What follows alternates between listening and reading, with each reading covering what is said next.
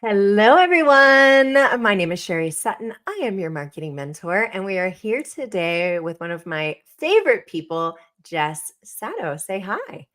Hey everyone. Hey. So, Jess is my TEDx coach. So, if you guys have been living under a rock and don't know, I did a TEDx back in January. It was the fulfillment of a lifelong dream, and Jess was my coach through the entire process. So, I wanted to have her come on and just kind of talk to everybody and about like how that process works, because I know a lot of my clients are interested in getting a TEDx, doing a TEDx. So what does that look like? And I figured instead of me just putting together something, I'd bring in the expert and we'll hear from you. So Jess, you want to do a little introduction about yourself and what you do? And then, we'll just talk about how to get a TED. Yeah, awesome. Well, thanks for having me. I'm so excited to be talking with you about this. I am a business growth and visibility strategist, and I really work with people to help them figure out what is their big idea and then use that in whatever capacity makes the most sense for them. For some people, that's TEDx, for others, it's other platforms and different visibility options. But at the core, it starts with really understanding what your big idea is and really being able to articulate that in a really clear and succinct way. And so that's really where my heart is. And TEDx is one of the platforms that I have supported in the past, and love the concept behind it of big ideas to the stage and ideas changing everything. I mean, it's pretty powerful. Yeah, yeah. I love the whole TEDx mission. So I want to we're using a term that I want to make sure we first start out with, which is what's the difference between a TED talk and a TEDx talk? I know the answer, but I'll let you answer it. Yeah. Okay. So first, let me just make one disclaimer. I'm not affiliated with TED or TEDx, but I have had the privilege of supporting a whole variety of speakers through a series of different TEDx events like TEDx Breckenridge, TEDx Franklin, and a series of others. And then in private capacities like with Sherry. So the primary difference is that TED is sort of the parent organization, and they host the annual TED conference that happens every year in April in Vancouver. And they host a whole series of other big, I just think of them as really big conference style events that take usually a week or so. And then TEDx events are events that are happening more at the local level. So, you probably looked around at neighboring cities and you'll see TEDx Dallas, TEDx Frisco, TEDx fill in the blank. And those tend to be more focused on local or regional issues. And it really came about because a lot of people, as the TED conference became more and more popular, wanted to be on the TED stage, and there just simply wasn't enough space. But in the larger vein of getting big ideas out into the world, um, Big TED, as I like to call them, created a whole platform for other people that was more almost more like a franchise model is how I sort of think about it. Every event at the TEDx level is independently organized, but follows the same standards and rules and regulations that Big TED follows at their own conference. And so it just opened the door for more opportunities, more accessibility. And I think the last I checked, it's something on the order of like 3,000 plus TEDx events happen every year. So you can see that big difference between TED, one event happening every year that might have 30 or 40 speakers versus TEDx, which has 3,000 times, 5 to 10 speakers at every event. So just created much, much more opportunity for people to be able to, get their ideas out on the stage in the TED format. And I believe those TEDx regional TEDx events, even though they're managed locally, they still go through an approval process and a vetting process. Yep. And I don't know if they franchise, that's though it's not a franchise, but that kind of like they're vetted through TEDx, and they've got certain rule or through TED, Big TED. And Yeah. so they've got certain rules they need to follow just to make sure that there's still consistency. Exactly. Yeah. Yeah, every event organizer has to apply for and be approved for a license. And I'm not exactly sure on the details on the licensing side. That's never been an area that I've been in, but all the details, if that's a route that someone's actually interested in, you can certainly search to see, is there a license available in your area? And I think you can get all of that information on TED.com. Yeah. Yeah. Yeah, and I think so probably the next question is, so if I want to do a TEDx, how do I get one? And I'll just share a little bit about my experience and how I got mine. I had set the intention that that's what I want to do. It was on my vision board, which is right over there. You can literally see the TEDx logo. And I just started looking, who do I know has done a TEDx? Who do I know, where, and just Googling, like, where in my area is there one in Dallas? I'd heard about, there was one at SMU at one point. So I looked up my contact there. And then I found that there was one in Frisco planned. And so I just went to the website, and there was a place where they said, we're looking for speakers, and there was an application process online. Each of the different I have found that the different TEDx's have, the different organizers have different ways that they, ask for applications. But for me, it was a form. You say what you're going to talk about, what your big idea is. You do a little like 5-minute video, and you send that off. Is that consistent kind of throughout? Yeah, I would say that's sort of typical. I mean, most TEDx events have a speaker application process. That process varies by event, like I said, because they're all independently organized, the kinds of questions that they're asking, what information they want, whether they want a video, whether it's an audition, all those bits and pieces vary. But at the core, I would say the vast majority of TEDx events have a speaker selection process that's rooted in an application. Um, and I'll come back to that piece in a second. And then there are some that are curated, meaning, the speaker organizer or the speaker selection committee has a particular focus that they're trying to do, and they are actively seeking speakers from or that can speak to the issues that they want to discuss, or want discussed on that TEDx stage. And so they might do, more of a invite only kind of approach. And then sometimes it's a hybrid. So there's a whole Mhm. bunch of ways that you can go about doing it. Um, and then, as far as the application, there's kind of a couple of core pieces that I'll say by and large, most of the time you'll see things like some kind of statement about what is your big idea, and the amount of space you get varies. And that's the thing that makes this process a little bit challenging. It's like you get a core idea, you get it really drafted up nice and tight, and then you go to another application and it's like, okay, cut that in half. You get 50 words to describe it, or Mhm. sometimes it's like you get one sentence, or sometimes it's longer. So, being very, very clear about like what your big idea is a critical part of this process. And based on my own experience, there is no doubt that most people they might have a general idea of what their idea is, but it's not always that clear. And I mean, you even know from your own process, you go into it thinking, okay, this is my idea, and it's clear in your own mind. But when it comes to actually drafting out the talk, it requires a whole different process, which I'm sure we'll get into. Um, and then some other questions like, why are you the right person to give this talk? Is looking for things like, some of it's your professional credentials. I want to make sure that the person who's on the stage talking about the issues, particularly if they're, specialty types issues, is actually qualified to talk about that. So if you're talking about medicine or, wellness or things like that, they're going to want someone who can speak to that with integrity and credibility. And then a couple of other questions I think are relevant. A lot of places will ask, what's your connection to fill in the blank location? Because again, they're looking for connection to their local area or their region, because we understand the issues that are affecting the community. And then what are the sort of like implications, or um, sort of the local and global implications of this issue? Like, why is this important right now?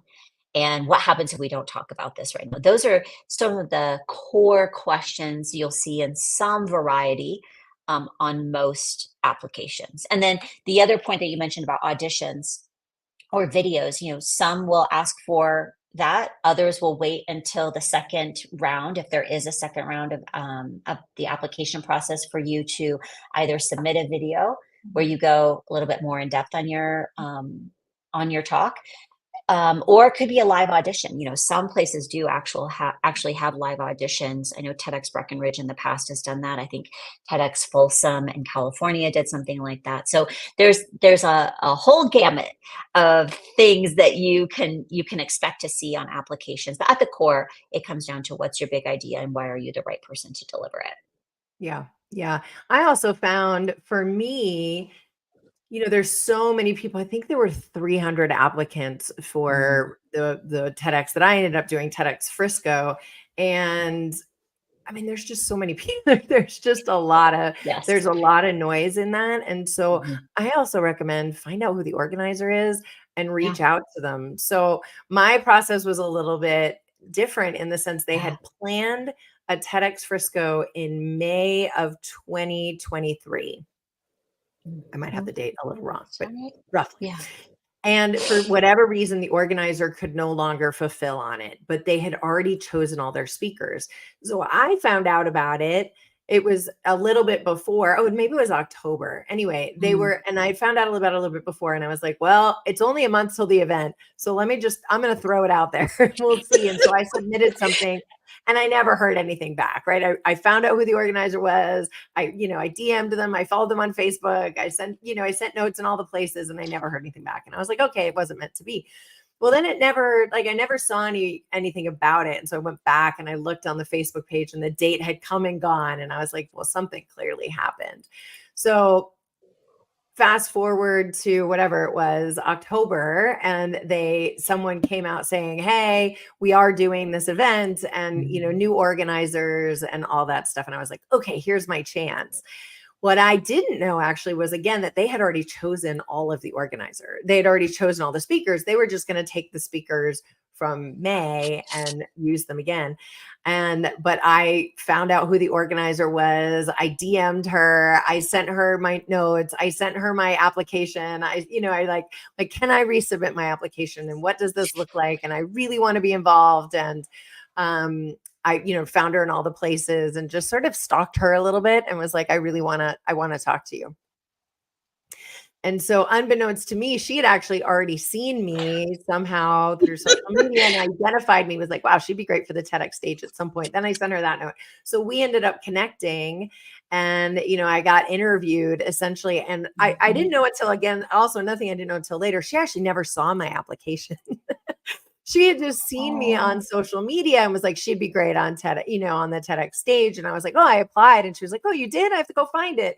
So it ended up, for me being, I mean, it was a little bit of kismet, but it was also a little bit of just putting myself out there. And I think that's one of yeah. the things that sometimes when there's these online applications, we can just like send it in and be like, okay, well, just wait, right? Mhm, mhm, But took those extra steps of like finding out who the organizer was, going to her social, liking everything she did, commenting on everything she did, sending her a mhm, note, mhm. asking, just asking for the sale. Yeah. We talk about in sales and it worked, right? I don't, if I had just gone with my online application, I Mhm. don't think I ever would have met with her and I would have never gotten it. And so that's one thing I would encourage you is to just, don't stalk them. I use that word. I Right. use that word Yeah. lightly, right? I'm kind of joking around, but it's Oh, also like find them on LinkedIn, send them a note, make sure they know that you're interested. You should do this in all areas of your sales and marketing anyway. But for me, I know that it was a big important part of the process. So all right, so you get the TEDx. And well, one thing just on the application, I have heard from people that often they will apply to multiple places mhm. just to see which one they might get into. Do you recommend people do that, or what's Yeah, your there's thought on that? there's sort of like, I don't know, there's like different schools of thought here. There's some that's sort of like throw all the spaghetti at the wall and hope something sticks. And, probably the likelihood of that is pretty decent. I mean, if you put enough applications in and you have a clear enough big idea, probably it will land somewhere. That's one approach.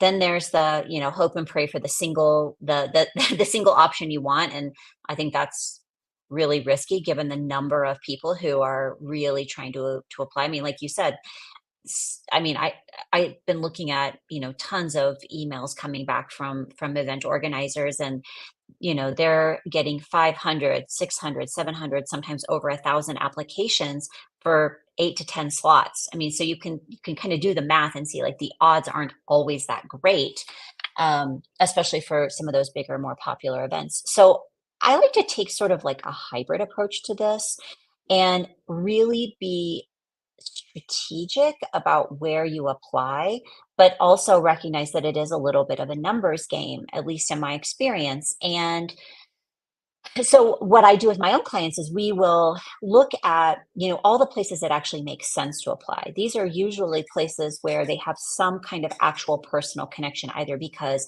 they live there, they used to live there, they went to school there, things along those nature, or even, this is an issue that is directly impacting this particular community. Um, so kind of taking that more strategic, thoughtful approach and then actively submitting applications in those areas. And to your point, I sort of think of it as like a little bit like a stool, like a three-pronged approach to to, you know, getting those event organizers to notice you. Like you said, you don't want to stalk them outright. So, you submit the application and follow the process. But then there's sort of two other pieces that I think are relevant. One is, look at who else that has spoken potentially at that very same event or at other events that maybe you're interested in, and just ask them some questions about, what was your experience like? Um, you know, and that takes like so many forms, right? What was your experience like? And I'm thinking about applying to this event. What do you think I should know? And in some cases, if it's appropriate, you could ask for an invitation or an introduction to that event organizer. And then there's, like you said, sort of that cold outreach approach where you can reach out to event organizers or someone who is part of that event. And I think embracing it from a place of curiosity and really just saying, hey, I'm really interested in the event that you're hosting. What is the process that you are using to select speakers? And, is there anything I should know? And kind of take it from there. So, you kind of got a lot of flexibility in terms of like how you approach this. And, but you have to go in knowing that you're going to be rejected. Like, I don't know a single person who has been accepted on the first go. I mean, that's so, so rare. I mean, you're like a unicorn. Um, uh, and like you said, there is a little bit of kismet. There is a little bit of like, strategy there. But I would say that that experience is relatively unique Yeah. because most people get multiple, if not lots of rejections before they ever get selected. And so you have to develop a little bit of thick skin. You have to know that it's a bit of a long game, that just because you submit your application doesn't mean that you're going to get accepted. Because the other thing that we don't really talk about a lot, but I think is super relevant, is that we don't really know what the event organizers and speaker selection committees are actually looking for, right? They give us a theme in some cases, more often than not. And, let's say your talk aligns directly with that, but you don't know how many other talks sort of along the same vein as yours have been submitted. You don't know what other talks have been submitted or how they fit into sort of that larger narrative, right? Because these are an event, right? So there's a whole story arc that they're presenting. So that's why I say, we have to have some degree of thick skin here, because you just don't know. And a lot of times it actually has nothing to do with you or your big idea. It just happens to do with what they're looking for, what sparks their interest on any given day. And so I think just go in knowing that it's a long game and that you're going to apply more often, more than once for sure. And you'll probably be setting yourself up for more success in the long run. Yeah. Yeah. No, that's good advice. Okay. So you get the TEDx. Mhm. What I did was realize very quickly that I was over my head. And while I mean, I think it's one of the things that I see as as my superpower is I know what I don't know and I'm willing to ask for help. And I can say that there were people who I was shared the stage with who didn't do that and really, really struggled, some until the night before. And I watched that and was like, I would never want to be in that position where you're like on one of the biggest stages in the world and it's the night before and you're still not sure what you're going to say. Like that makes me break out in hives, right? As much as Mhm, I'm someone who mhm, like, mhm. likes to wait until the last minute sometimes, Yeah. I knew that this was not the place to do that. And I'm telling anybody who's listening to this is not the place to do that. I was so prepared and so Mhm, ready that when I took the stage, I had what an out of body experience and really don't even know what I said during those moments. Like I remember there was one point I was like, holy crap, I'm on the TED stage. Oh my God, am I talking? Is my mouth moving? Am I saying what I'm supposed to be saying? Because it's such a big moment that like you need to rehearse, like the fact that I had rehearsed it over and over and over again, it mhm, became part of my DNA. I'm so grateful that I did that again because I saw other people who didn't, and it mhm. was a miserable experience because of that. So, Yeah. what I did was I was like, I need a coach. And that, Jess, you and I just know each other. And Mhm, so I was like, okay, I'm going to hire Jess and have somebody help walk me through this whole thing. And I mhm. would highly recommend that you do that because I was able to enter it not from a place of holy crap, what am I going to do? But from a place Mhm, of, okay, I've hired someone who's going to tell me exactly what I need to do at every stage of the mhm, process. They're going to break it down for me because they know what they're mhm, doing and I'm just going to go along for the ride. I mean, I have to do the mhm, work, but they mhm. can outline exactly what you do. And so one of the things so you and I started, I think in October, and the I think that's TEDx was in January. And right. so we spent 4 months, but I think you said normally you used about 3 months of a process. Yeah, I mean, it We had sort of 4. depends. Yeah, it sort of depends. Like again, just like the application is different, every event is different. Um, but I would say on average, people have somewhere on the order of 3 to 4 months to really dial in their talk. And one of the things that's super unique, your event was a little bit different because you guys didn't have dedicated speaker coaches, but a lot of TEDx events do provide some degree of speaker coaching and support for their speakers, right? It's in everybody's best interest for people to step onto the stage fully prepared. Um, and for many of those events, those are volunteers. So if they can't find volunteers who can serve in that capacity, then speakers, kind of like in your situation, are left to figure out the path for themselves. And for some people, they wing it. And I don't mean wing it necessarily on the stage, although that does happen. Or they think, okay, I know how to do it.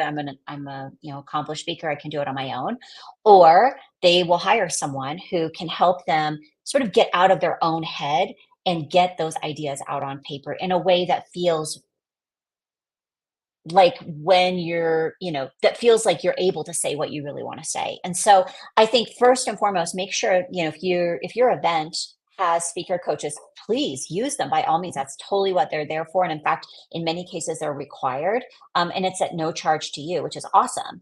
Um, I've also had cases where people have been part of events where they do have speaker coaches, but for whatever reason, their assigned speaker coach or the speaker coaching process doesn't work for them and they need additional support. And I have worked with several people in that capacity. And then, of course, like you said, and in your case, just there wasn't anyone available. So, kind of look at your options and figure out, where can you take advantage of the resources that are available for you, first and foremost, that are free. And then if it's not filling the gap or if you feel like you can't kind of put the pieces together in a way that when you stand on that stage you're going to walk off and feel really proud, then that's where you get outside support. But yeah, I would say most people are able to really dial it in about 3 months time. Which sounds like a really long time. It It really does. does, Like but it's not. part of me is like even saying it now, I'm like, oh, 3 months. Like, I know it it's a lot. really it really did take us that long. And I think Mhm, my experience, well, and you've done more of these than I have, but the people who I interviewed who have done TED Talks, so they did a lot. I interviewed a lot of people before, mm, I applied. And even when they had speaking coaches, a lot of times it was just somebody who was there, right? It was just somebody there at the run throughs, kind of helping you through. Yeah. It wasn't doing what you did with me, which was, okay, we're going to sit down for an hour and really dissect what's your big idea? How do we frame that? How do we find research that supports that? And how does that work? And then how do we build those arcs together? And I mean, it really is like building a house, right? Where you might have an idea of what you want the house to look like, but there's still like, okay, what's the foundation? And then what's the framing? And then what's the drywall? And then what's the paint? And it was really like a very good step-by-step process. And I don't know if you get a free coach that does all of that. That would be amazing. But I don't know if we didn't, because we met every week for an hour for 3 months. And we used every single minute of that time. So I'd say the first month was just kind of vetting out the idea. The second month was script creation and refining. And the third month was starting to memorize and fixing like, oh, wait, this isn't flowing off my tongue. Like, because when you write things, it's different than when you say it. And so I think a lot of that was that. And then we had Christmas. So I think that's why, like, we Yeah, it's a knew little that bit there was going extra. to be a break in there. Yeah. Where I didn't rehearse at all over Christmas. I used all of my angst and anxiety to paint all of my rooms in my house green, which I then hated and changed them back. So that may be part of your TED process as well. Maybe that's for another, that might be for another live. Yeah. As you can tell, I painted my room back to pink Yes. because it was Yes. hideous. Okay. But so that first month is just, vetting out the idea and how do you frame it in a way that really makes sense to someone else, not just in your head. Second month was creation of the script. How do we build the story? And then the third month was really refining and just memorization, just over and over and Over and over and over. over again. Is Yeah. that about average for Yeah, when you it work on this is. with people? Yeah, I mean, like I said, you when you submit the application, right, and you've put that big idea out there, that's I don't want to say that's your initial thinking. I mean, most of us come to these kinds of things experts in our field or, having had like this very rich lived experience around it in your case. So that's just like a little snippet, though. It's like now we have to take that little paragraph that you submitted or those 2 lines and build that into, a talk that's somewhere on the order of like 10 to 15 minutes. Yeah. And that's actually really hard because for most people, because there's a level of expertise in there and there are so many nuances to the stories that support that expertise, it's actually hard to pick and choose what is the right narrative to weave through here. And the things that you start out wanting to say, it's sometimes and more often not become things that are sort of irrelevant, like they don't matter. Or like in your case, what you started out wanting to say is not the way you actually wanted to tell the story. And so the amount of time is really meant to, I don't know if they do this on purpose, but it requires some, you know, deep thinking, and then you kind of go away and process and reflect. And then you do some stuff and you draft some more and you process and reflect. And it's like this back and forth, start, stop, start, stop kind of experience where you're really digging into the meatiness of that big idea and figuring out what is the most important thing I could say right now. And for most people, there are usually multiple how do I want to say this? Like sort of like if you think about your big idea as like a table, and there's usually multiple legs that you could stand on to bring the big idea forward. So not all of that can happen in an 18-minute or less talk. You have to pick what you're going to say and then build it out. And so a lot of that initial work is really sort of digging into what's important now and then what could be said later in a different capacity in a different forum, like it's not just about TED, right? So I think the bulk of our work is really spent in this like kind of I just like sausage making kind of phase. It doesn't feel good, it's kind of ugly, you're like, is this ever going to come together? But then eventually it does, and then you get into this phase where you're really drafting out and continue to refine, and then speaking it out loud, practicing, practicing, practicing. And um, the fact that you're having that sort of out of body experience, I think speaks to the level of work that you put into this process, because the only way that can happen is if you know your talk by heart. And I don't necessarily mean fully memorized, because like what you said on the stage varied in different places from what was on that script. And I think that's true for pretty much everyone. Like what you write down on piece of paper, what you practice over and over and over and over again is almost certainly not going to be what actually comes out on the stage. And that's because most of us are standing on that stage telling a part of our own story, which is the part that we know.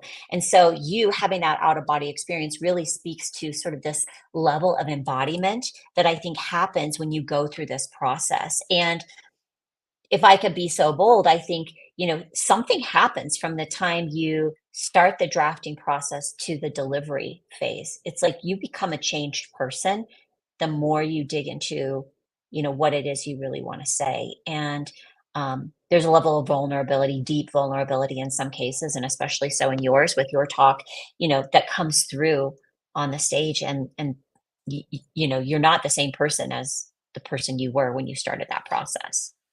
Yeah, I have goosebumps as you're talking about that because I think for me, it really was one of the most powerful personal development Mhm. exercises I've Yeah. ever done in my life. Even the getting sober, Mhm. right? It was this, Yeah. which is what I talked about in my TED Talk if you all haven't seen it.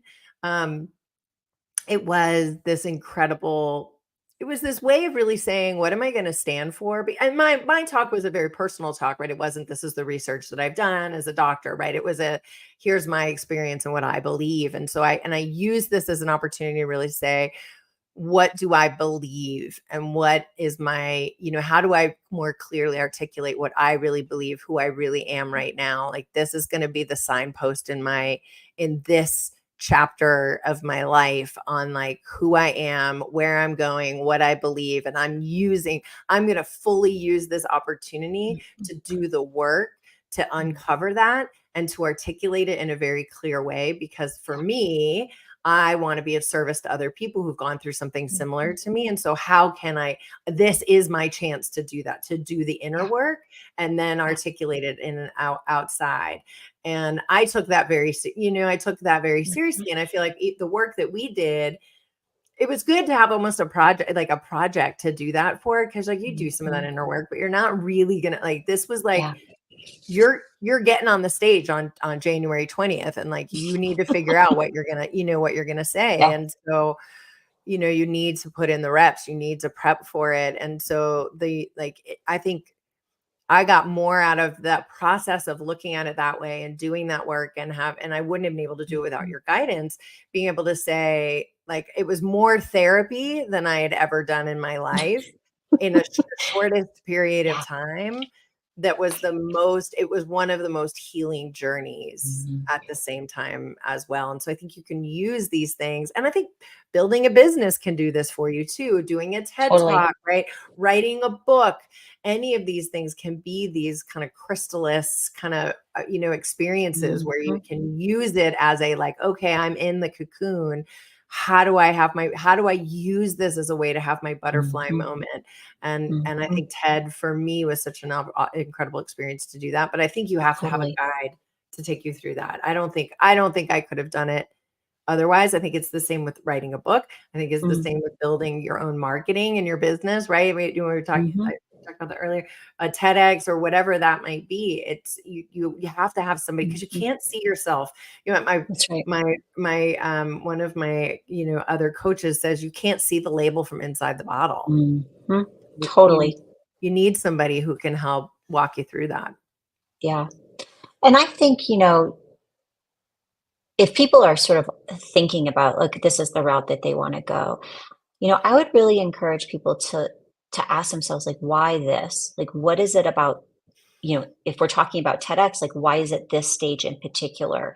And and just a reminder that TEDx is not the only stage, right? There are other, I often say, what is the stage of your own making? Like, what is the right platform for you to show up and to share your big idea and to not be afraid of that.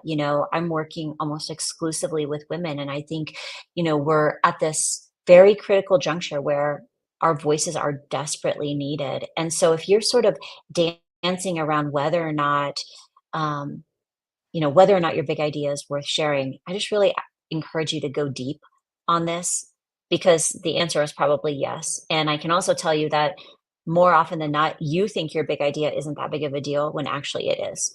And so this is to your point, it's very hard to see that on your own, right? And so just start talking to people about your idea and build from there. And um ask yourself, you know, what is it that I really want to say?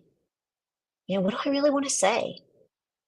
And I think when you really get honest with yourself, like each of us does have some deeper message that is worth saying and speaking into the world. And it's just a matter of, like you said, finding that courage, doing the hard work, and doing it. Yeah, because I think, and that was beautiful. I think one of the things that I wanted to say around this idea of a big idea is this is not a sales pitch. This is not where you go and sell. This isn't a normal kind of like, hey, I'm going to speak at this group and I'm going to tell them everything that I do and how awesome I am and how they want to hire me. Right. The TEDx stage isn't that, and so it's more around I have something to say as an Correct. individual, as a person. Now, it might be based on some research that you've done or something like that. There's a lot of Mhm, academics who do, TEDx, but it usually always ties in with some sort of a personal story as well.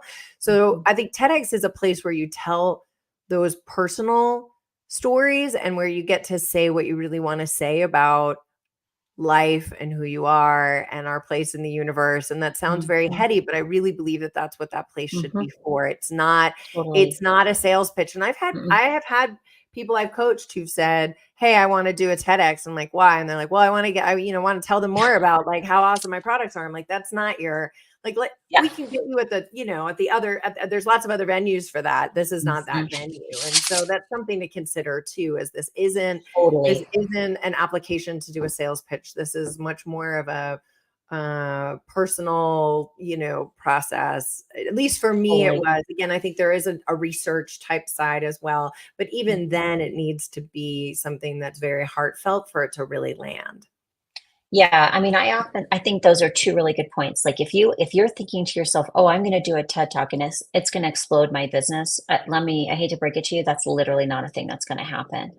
Again, that's like ultra unicorn status, and it just rarely happens that way. I mean, I think the average number of views on most TED Talks is like 500. Like 500 is nice, but it's not going to explode your business into outer space. So to your point, the reason for doing these kinds of talks is to really think about, what is that thing that I really want to say? What is the impact I'm trying to have? And will this stage create more visibility for that idea? Like, will it invite people into the conversation so that we can potentially join forces and move the needle forward on whatever the thing might happen to be? Or, really force people to go inward and say, wow, I've never thought about that like that, or, oh wow, I think she's talking to me, right? That's the power to me of TEDx. It's literally never about how can I grow my business or how can I make more money. It just doesn't work that way. And I think the other part that I was going to mention is, well, now I've totally drawn a blank, but I think the big part is really just, oh, I know. It was around, your story amplifies the big idea. So think of it as that core big idea. And then the stories that you tell are what bring that big idea to life and make it connectable and relatable. And so to your point, there's usually this sort of personal component that comes into that process that allows us to connect with each other on a human to human level. So, if you go in with the right mindset that this is a place for me to really say the thing I want to say and invite people into that conversation Mhm. and to share some element of story, you're going to be in a really good place. If you're going in thinking, I want to be a viral speaker, I want to make a lot of money, pick a different platform. pick a different platform. Right. Even then, like, let's probably have some other work to do. Because I have people say that all the time, like, all I need is I just want you to teach me how to make one viral video, and that would be then I'm like, I can't like that. That's It's not a not a thing. thing. Like I can't teach you how to win the lotto either, right? I Yeah. mean, there's steps and all that, Yeah, all that for stuff. sure. For sure. I do, though, from a practical marketing perspective, I would be remiss to say that it is a feather in your cap. I mean, it For sure. does, if you have all those other things and especially if you want to be a speaker, if speaking is a part of your overall strategy and part of your business is sharing your story as a way to serve others, I think that TED is a great place to do that, and that it does lend a level of credibility to For you sure. as a speaker that I think it certainly doesn't hurt. And Right. has my business exploded from it? No. Have I created deeper connections with people as a result? Yes. Has it opened up other stages that might be bigger that I wouldn't have been on before because oh, well, if she can make it on the TED stage, she can make it here, right? Like if you can make Totally. it in New York, you can make it anywhere. So there is some of that as well. It doesn't mean I still have to do all the work to get the speaking engagements. I mean, they're not just, the phone isn't just ringing with speaking engagements, but it does give you a little bit of legitimacy to open up maybe a bigger door that would have, been harder to get into Totally. before. So Totally. Totally. Yeah, I mean, I definitely think it still continues to be a really important credibility marker. And to your point, it's not the only one, right? There are many other stages that do that. But um, I think because of the rigor of the application process, right? Just the very fact that you get selected is usually an indicator that oh this is somebody we should listen to, and then you go through the process like you said, that 3 4 month process that literally changes who you are and how you show up in the world. There is some credibility to that, um and at the same time, like you said, it's not like the only thing, and it's not necessarily going to be this like thing that skyrockets you into the stratosphere. And so I just think if you can go into this process in a really grounded way with clarity in your own mind about why you're really doing this, and then be willing to do the hard work and deal with the rejections that potentially will come along the way and the ups and downs of the emotions around it and all of that, you're going to walk out onto that stage, deliver the thing and say the thing that you really want, and be able to walk off with your head held really high. And that to me is really the magic of this process, like going through and doing that level of work. Um, well, like I said, it changes you, and I think it allows you to show up more human, and that is where the connections really, really come through. and that's where your personal brand becomes even more powerful, right? I think Totally. going through this process I knew I needed to speak more from the heart. I didn't know how, and I didn't know how to Mhm, connect my story. And going through this process, that clicked in finally for the first mhm, time. And that so that now, in my marketing, I've been able to be more heart centered in a mhm. way that I wasn't able to before because I went through the process. And I think Yeah, that has then changed the way people I can market myself and I can market, totally.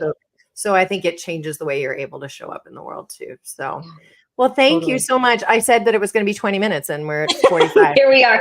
We Par for should the have known course. better between the two of us. Yes, it's very par for the course. I'm not even surprised. I'm like, I'm going to block an hour.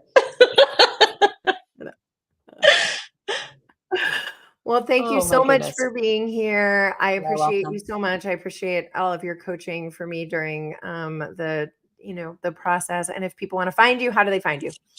Yeah, I spend all my time on LinkedIn, and feel free if you are curious about how to get your big idea out of your head, that's really the heart and soul of my work. And then we figure out what is the right place for you to put that out there. So, I'm on LinkedIn. You can find me at my website, jessicasato.com.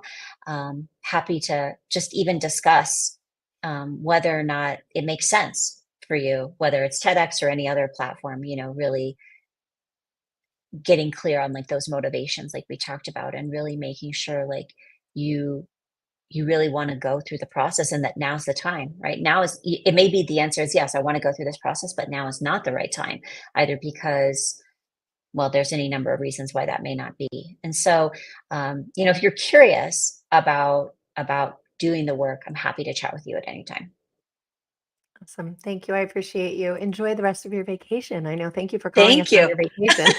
You're welcome. I know I'm in this like cabin here in the woods. So, I love it. um, I'm so jealous.